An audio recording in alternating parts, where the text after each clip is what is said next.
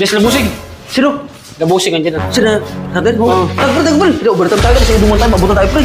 Kasi sabi ko sa inyo eh. Nagtatrabaho sila o parang nagiinom? Pero kanina, dalawang request na kapatunggan. Wala nga, wala! Nagtatrabaho sila, ikaw! Pag magsusumbong ka, ayusin mo! Sandria. Bakit? Ano mo na ang pinacheck mo sa akin doon? Oh. Inuman mo yan doon? Sila ano? Di pa not? Nag-iinom, bakit nag-iinom? Iwan ko. Andun, Kaya nga pinag-overtime ko sila kasi nga kailangan matapos na yung bukas para matapos yung trabaho nila doon ko nag-iinom. andun, may tagay. Baka naman ikaw na naman nagkaroon ng inom doon. Eh, ako na nga inutusan mo mga punta doon, tapos ako ba painom? Ay, mga yan. Kaya nag-overtime ko nga para matapos na. Ang ano nila, ang alas 12 daw. Oh. Ay, nag-overtime sila doon para mag-inom. Ayun. Sige na, tatapusin ko lang tong pagkain. Punta tayo doon. Balikan natin. Oh, sige. Ano ka na ba?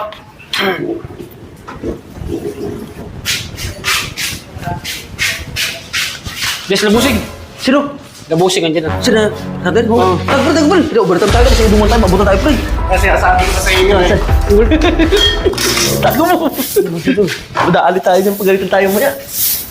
Ito lang.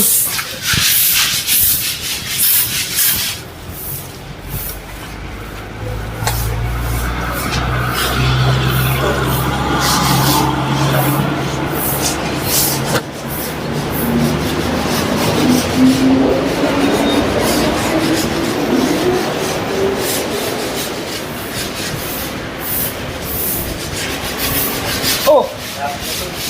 Ay, pre! Yeah? Sabi ni... Papo nag-ano kayo, nag-iinom? Ano nag-inom? Wala! Oh, sabi mo nag-iinom sila? Ang bilis niya, parang mga ano kayo.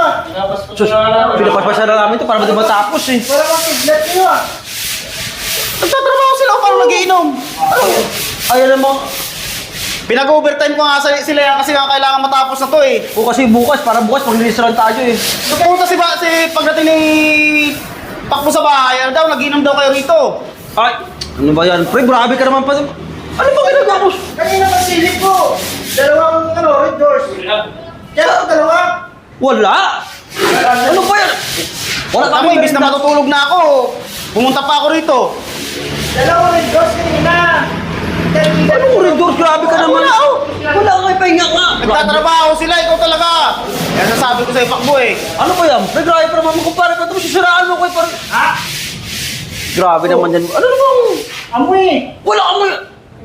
Alam ka na may paamoy mo sa akin, hindi nga yan. Grabe naman amoy.